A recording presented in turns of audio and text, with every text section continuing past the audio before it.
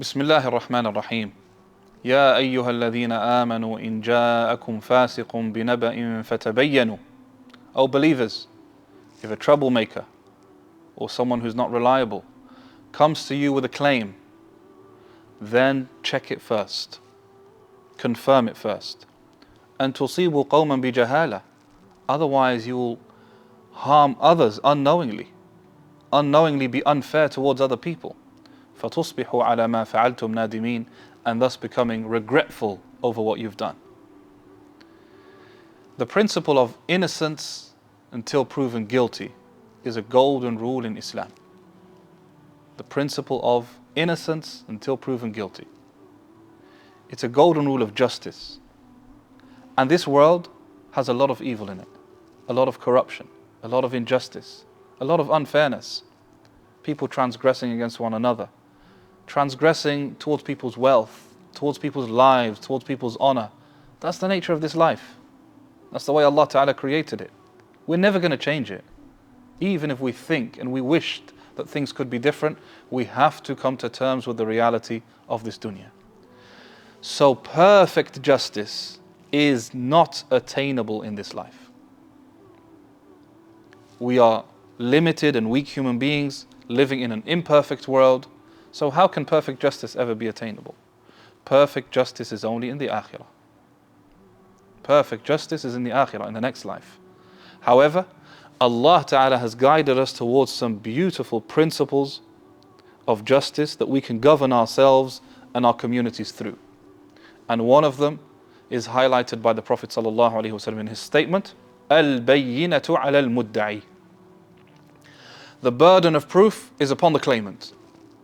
If somebody claims something about another person, we are not going to believe their claim until evidence proves their claim. We don't hold people to account for claims. We only hold people to account for proven wrongs, proven transgressions. Imagine any time somebody accused another person of a wrong, they were punished for it, just for an accusation. What kind of injustice would that be? Wasn't Yusuf alayhi salam imprisoned for years because of an unfair accusation that wasn't even proven against him? In fact, evidence supported his innocence and still he was imprisoned. And that happens until this day. People are being imprisoned for decades because of a false accusation. And that's part of the injustice of this world, but it's also part of the ignorance of people who are ruling and judging and making decisions without clear evidence. And that's why the Prophet ﷺ said, لو يعطى الناس بدعواهم لادعى رجال أموال قوم ودماءهم. If everyone was given according to their claims, then people would be consuming each other's wealth and taking each other's lives just because of a claim. And so this is something that sometimes can be difficult, to put emotions to the side and to uphold justice, knowledge, wisdom and objectivity. But it's an essential attitude to have. It's especially important for judges and people who are involved in arbitration between disputing parties. Of course, put emotions to the side and judge according to this rule.